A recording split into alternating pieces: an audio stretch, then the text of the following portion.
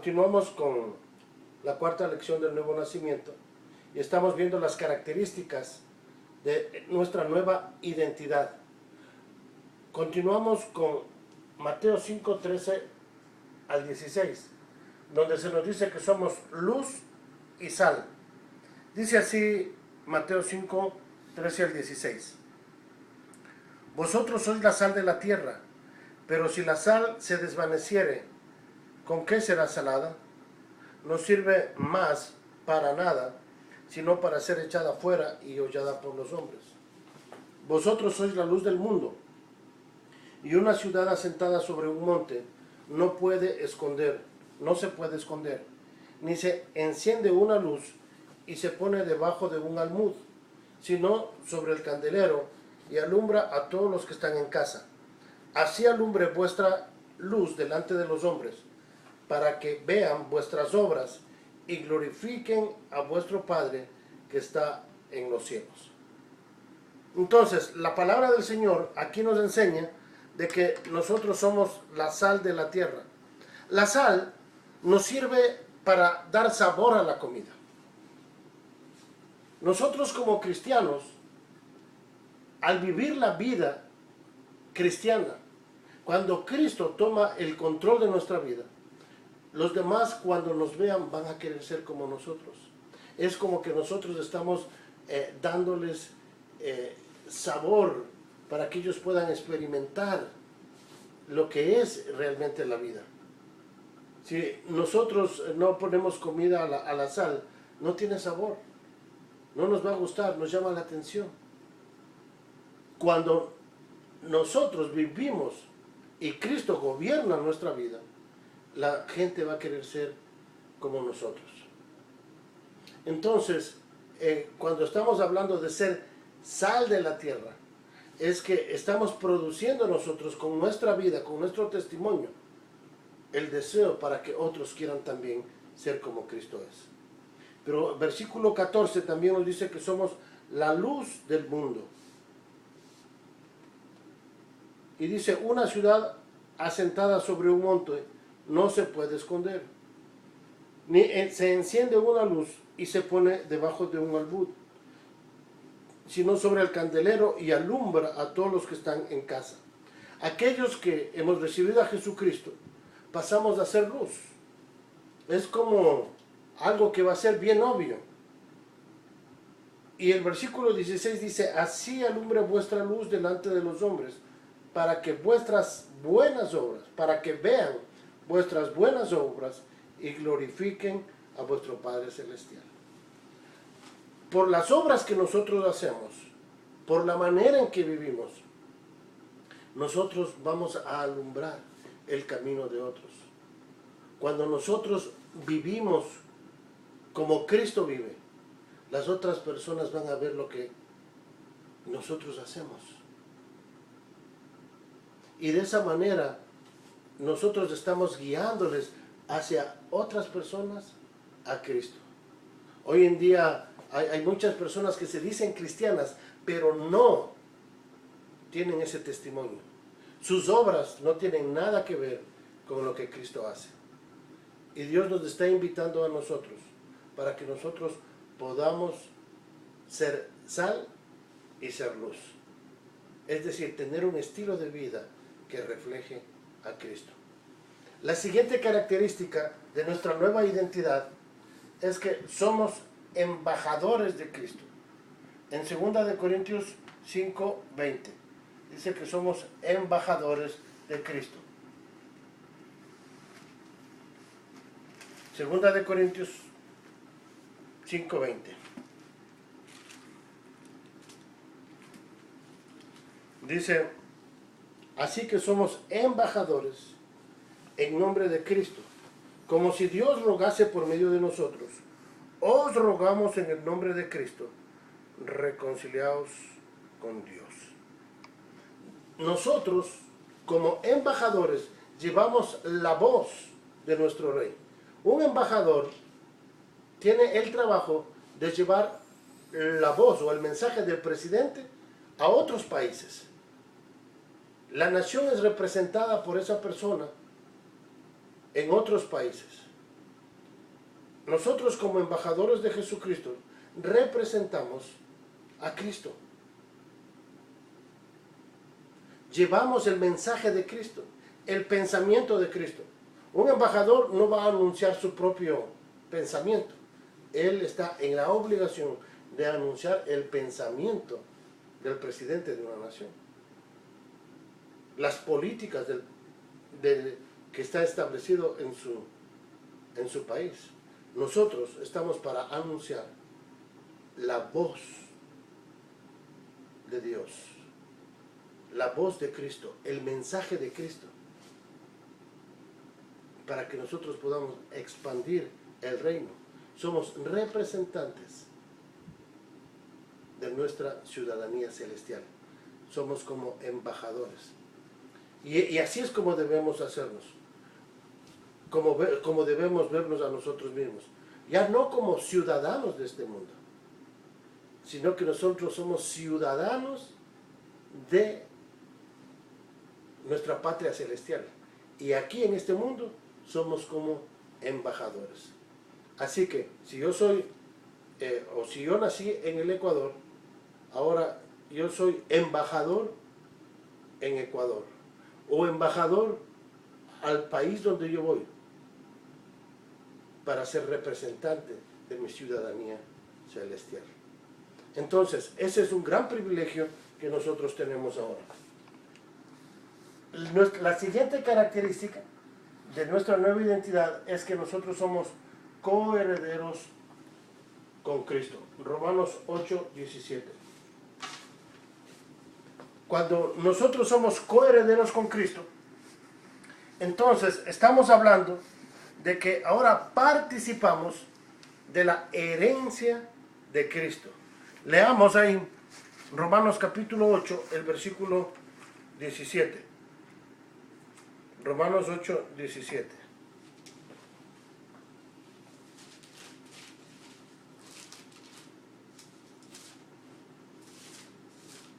Dice, y si hijos también herederos,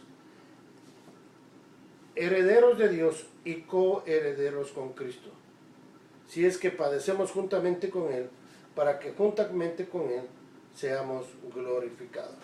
La herencia que le pertenece a Cristo también nos pertenece a nosotros. Somos participantes de la herencia de Cristo. Y ya leímos en Efesios capítulo 1, versículo 13 y 14, que el Espíritu Santo es la garantía de que nosotros participaremos en la herencia con todos los santos. Y la herencia de Cristo es nuestra herencia. Vamos a ver la siguiente característica de esta nueva identidad. Dice que somos santos. La palabra santo, como les decía, es apartados.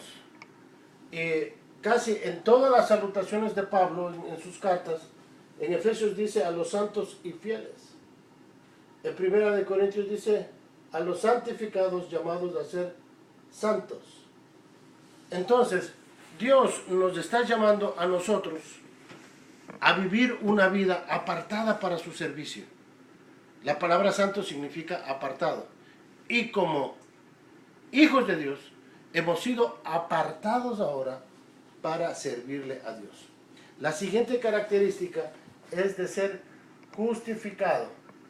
Romanos 5:1 nos dice, justificados por la fe, tenemos paz para con Dios por medio de nuestro Señor Jesucristo. ¿Qué es lo que significa entonces la palabra justificado? La palabra justificado significa que nosotros somos declarados sin culpa.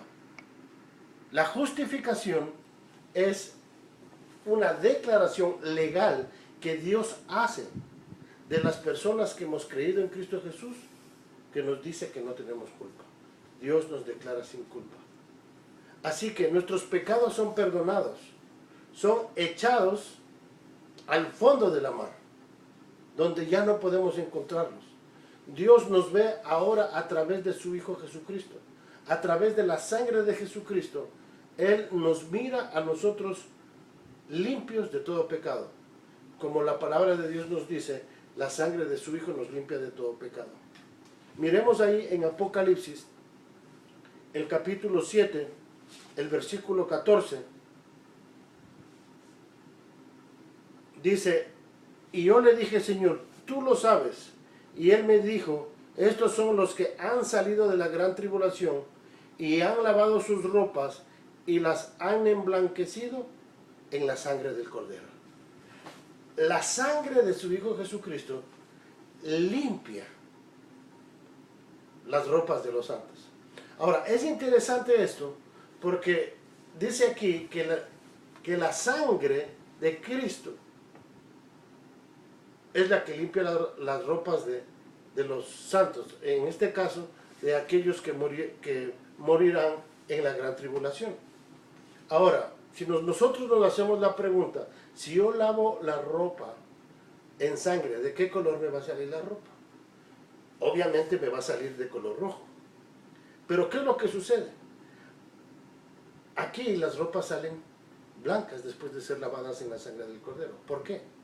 Si nosotros leemos la Biblia, en Isaías se nos dice de qué color es el pecado. Claro, cuando yo hago esta pregunta, mucha gente me dice que el color del pecado es negro. Pero la Biblia, ahí en Isaías, nos dice que es de color rojo. Y vamos a ver este pasaje aquí.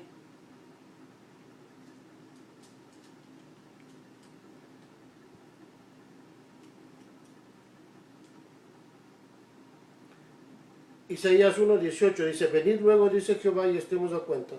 Si vuestros pecados fueren como la grana, como la nieve serán emblanquecidos, y si fueren rojos como el carmesí, vendrá a ser como blanca lana. La grana es roja, un rojo intenso, y también dice ahí de color rojo. Entonces, la Biblia nos enseña que el pecado es de color rojo. Ahora, es interesante una ilusión óptica que sucede cuando nosotros tenemos una luz roja alumbrando a una tela roja, se ve blanca.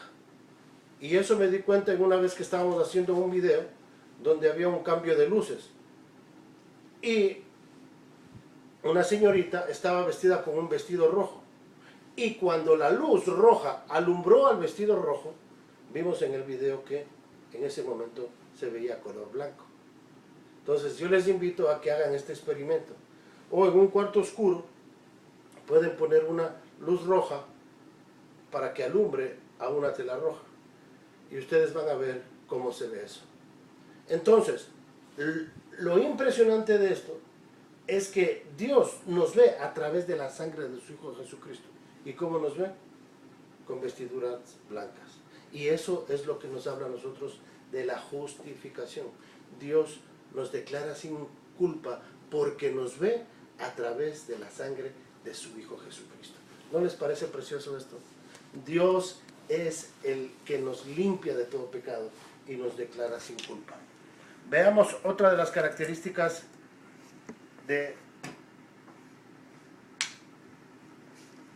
esta nueva identidad. Dice que somos redimidos. Primera de Corintios, el capítulo 6, el versículo 20. Primera de Corintios 6, 20.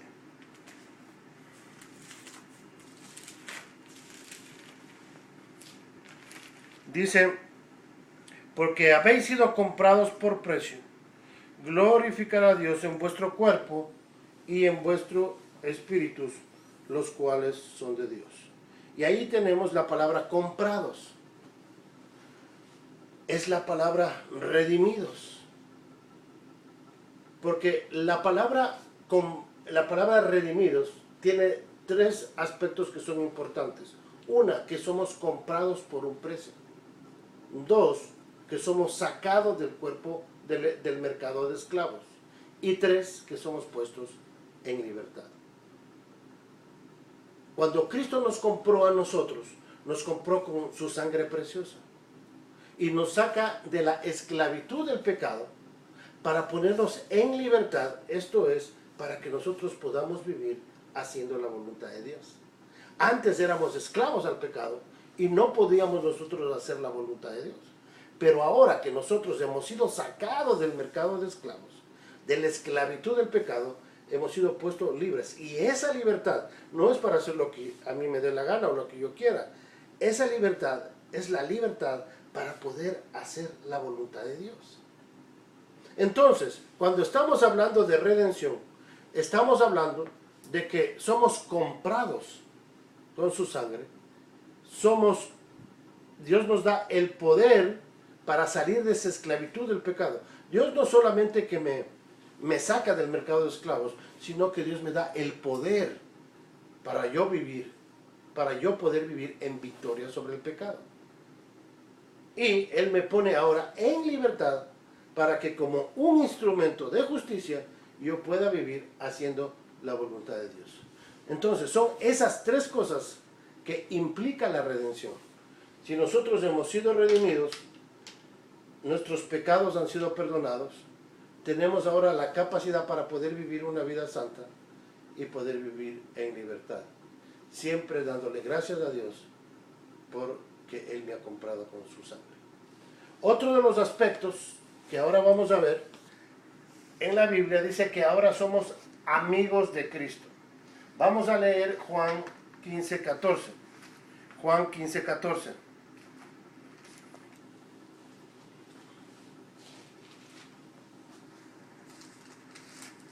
Dice, vosotros sois mis amigos si hacéis lo que yo os mando. Ya no os llamaré siervos, porque el siervo no sabe lo que hace su Señor, pero os he llamado amigos, porque todas las cosas que oí de mi Padre os las he dado a conocer. Entonces, aquí se nos dice que ahora somos amigos de Cristo. ¿Cuál es la diferencia entre un amigo y un siervo? Es que el amigo sabe los planes y los propósitos de su amigo. Los siervos no. Dios nos ha dado a conocer ahora cuáles son sus planes y propósitos para nuestra vida. Y no solamente eso, sino que Dios nos quiere hacer partícipes de esos planes y de esos propósitos. Dice Efesios 2:10 que Él tiene preparado obras de antemano para que nosotros andemos en ellas. Él quiere que nosotros disfrutemos de esta intimidad para que nosotros podamos conocer sus propósitos, sus planes, su voluntad en nuestras vidas. Vamos a ver una característica más de esta nueva identidad. Dice que somos colaboradores de Dios. Primera de Corintios 3:9. Colaboradores de Dios. Primera de Corintios 3:9.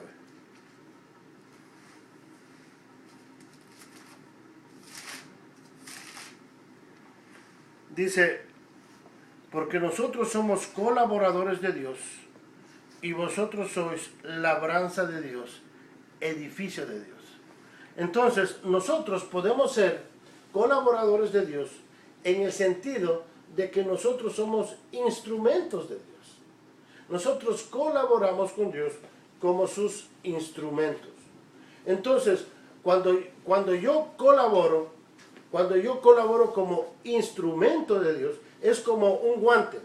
Si yo me pusiese un guante, y aquí voy a poner este ejemplo, vamos a suponer que este cliente es un guante, y yo le digo al guante que tome la Biblia. El guante no puede agarrar la Biblia por sí mismo. Pero si yo me pongo el guante sí puede tomar la Biblia. Entonces la pregunta es, ¿quién está agarrando la Biblia? ¿El guante o la mano? Obviamente la mano con el guante.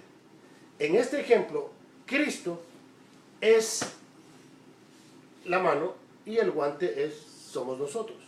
Nosotros somos utilizados por Dios como instrumentos. En ese sentido, nosotros somos colaboradores. Somos colaboradores de Dios. Nosotros no traemos nuestras propias ideas y le decimos a Dios, Dios, sabes que yo tengo esta idea, ¿qué te parece si hacemos esto? Sino que nosotros colaboramos con las ideas de Dios y seguimos los planes de Dios. En ese sentido nosotros somos colaboradores. Aquí vamos a hacer una pausa y en el siguiente video veremos las demás características de esta nueva identidad.